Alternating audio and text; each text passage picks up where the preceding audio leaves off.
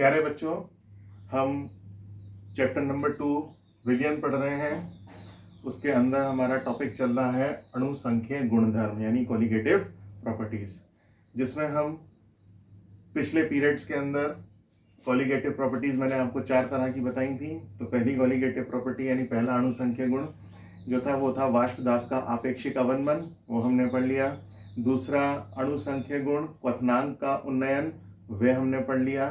आज हम तीसरा अणुसंख्यक गुण शुरू करेंगे जो है हमारा हिमांक का अवनमन यानी डिप्रेशन इन फ्रीजिंग पॉइंट। हिमांक का अवनमन, अवनमन का अर्थ होता है कम होना, ठीक है। अवनमन का मीनिंग क्या है? अवनमन का मीनिंग होता है कम होना। तो हिमांक का अवनमन यानी हिमांक का कम हो जाना।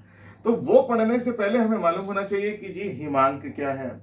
हिमांक यानी इंग्लिश में इसको बोलते हैं फ्रीजिंग पॉइंट। किसी जूनियर क्लास के स्टूडेंट से अगर पूछा जाएगा तो वो बताएगा कि सर हिमांक जो है वो टेम्परेचर होता है जिस पर कोई द्रव जो है वो ठोस अवस्था में परिवर्तित हो जाता है।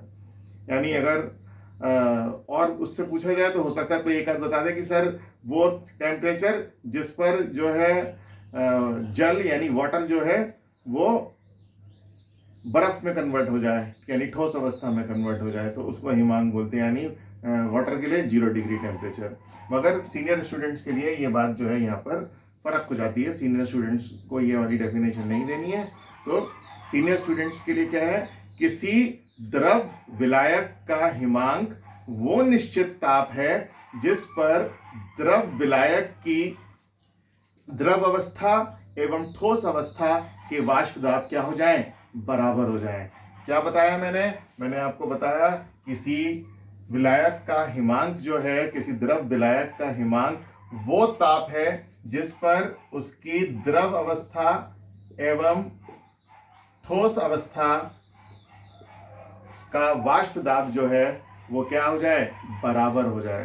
क्या बराबर हो जाए? उसकी द्रव अवस्था में वाष्प दाब और उसकी ठोस अवस्था का वाष्प दाब जो है वो बराबर आ जाए, या उनकी द्रव अवस्था और ठोस अवस्थाओं के बीच का जो वाष्प दाब है वो क्या हो जाए, साम्य अवस्था पर आ जाए। साम्य अवस्था यानी इक्विलिब्रियम, वो भी हमने क्लास 11 के अंदर पढ़ा है। तो हिमांक क्या है?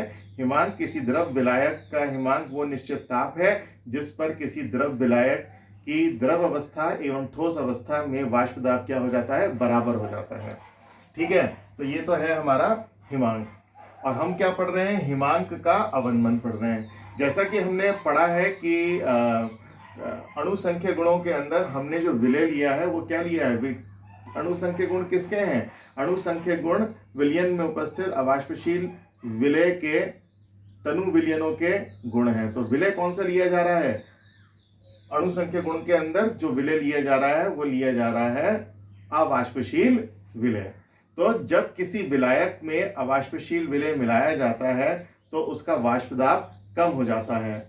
परिणाम स्वरूप उस द्रव का वाष्प दाब भी कम हो जाता है। अर्थात वाष्प दाब में अवनमन ही विलयन के हिमांक को घटा देता है।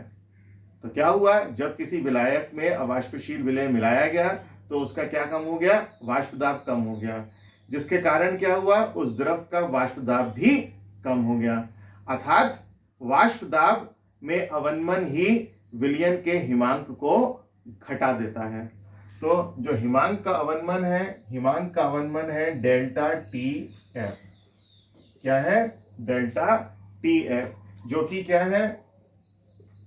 T F not minus T F. T F not ये है हमारा विलायक और टी एफ है हमारा विलयन। तो डेल्टा टी एफ यानी हिमांक का अवनमन क्या है? विलायक और विलयन के हिमांकों के बीच का जो डिफरेंस है वो क्या कहलाता है? हिमांक का अवनमन। तो डेल्टा टी एफ ये क्या है? विलायक का हिमांक। ये क्या है? विलायक का हिमांक। और टी एफ क्या है? विलयन का हिमांक। तो दोनों के बीच का जो डिफरेंस है वो क्या कहलाता है? हिमांक का अवनमन कहलाता है।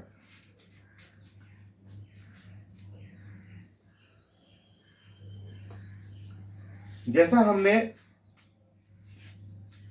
क्वथनांक के उन्नयन में पढ़ा था, सेम उसी तरह हिमांक का जो अवनमन है ये भी विलयन में उपस्थित विलय की मोललता के ऊपर निर्भर करता है। किसके ऊपर है? मोललता के ऊपर। और आपको मालूम भी है मैंने ए और बी करके क्या कर रखा है, ए है हमारा विलायक और बी है हमारा विलय। हमारे फॉर्मूले के अंदर W और M इस्तेमाल होता है, तो हम कैसे डिफरेंस करेंगे उनके अंदर कि ये W विलायक का है और ये W जो है ये विलय का है। तो उसके लिए हम क्या लिखेंगे, A और B लिखेंगे और टीचर को कॉपी में लिख करके दिखाएंगे कि A जो था सर वो हमारा विलायक था और B जो था वो क्या था, विलय था, ताकि टीचर को पता चल जाए कि जो आपने फॉर्मूला लिखा हुआ है उसके अंदर A और B कौन है। तो हिमांक का अवनमन जो है वो किसके ऊपर है, एक्सपेरिमेंट बताते हैं कि हिमांक का अवनमन जो है वो मोललता के ऊपर निर्भर करता है। तो मोललता क्या है? मोललता जो है वो है विलय के मोलों की संख्या NB, विलय के मोल। ठीक, विलय के मोल है NB। विलय की मोलों की संख्या को किससे भाग कर दें? विलायक के भार से भाग कर दें। किसमें? किलोग्राम में। ग्राम में जो विलायक का भार है उसको 1000 से डिवाइड करके किलोग्राम में कन्वर्ट कर लें तो हमें ये मिल जाएगा। जैसा कि हमें यहाँ पर दिख रहा है हिमांक का अवनमन डेल्टा TF NB के समानुपाती है। NB क्या है?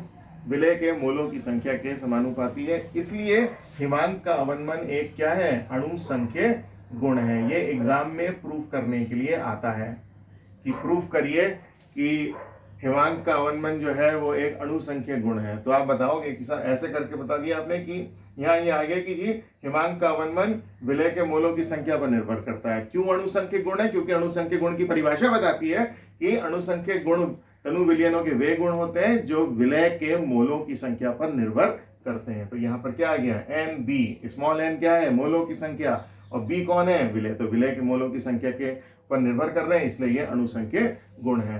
फर्दर हम इस फॉर्मूले को अगर हम खोलते हैं तो डेल्टा TF NB, मोलों की संख्या क्या होती है, ग्राम में दिए गए भार को उसको किससे भाग कर दें, उसके अणु भार से भाग कर दें।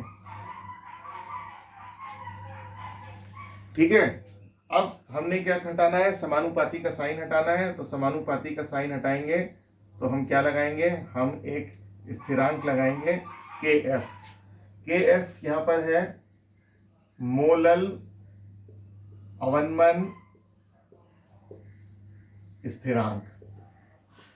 कैसा स्थिरांक, मोलल अवनमन स्थिरांक, मोलल डिप्रेशन कांस्टेंट। तो डेल्टा TF बराबर, अब हमने समानुपाती का साइन हटाया, हमने क्या लगाया, कांस्टेंट लगाया और इसको खोल दिया तो ये आ जाएगा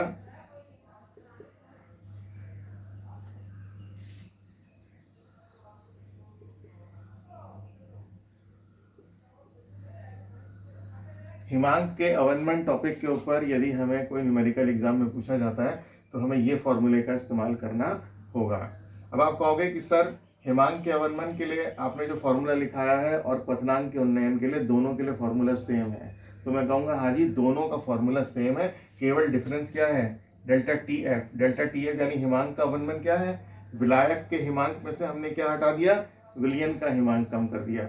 जबकि क्वथनांक का उन्नयन में है डेल्टा TB, तो वहां पर क्या है, विलयन का क्वथनांक माइनस विलायक का क्वथनांक, यहाँ पर उसका उल्टा है। तो आप इस बात का ध्यान रखेंगे। जैसा कि मैं आपको बता रहा था कि फॉर्मूले के अंदर देखिए 2 बार W आ रखा है, तो हमें पता कैसे चलेगा, टीचर को कैसे पता चलेगा कि जी ये विलायक है ये विलय है। तो उसके लिए आपको टीचर को लिख करके दिखाना पड़ेगा कि सर A जो है वो विलायक है और B जो है ये विलय है। तो मैं उम्मीद करता हूँ आपको इस वीडियो की मदद से ये टॉपिक समझ में आया होगा। जो नोट्स दिए गए हैं इसके साथ में आप उसको ध्यान से देखिएगा, आपको उसमें सब कुछ डिटेल में मिल जाएगा। आपको मोलल अवनमन स्थिरांक की भी परिभाषा उसके अंदर लिखी हुई मिल जाएगी। Thank you.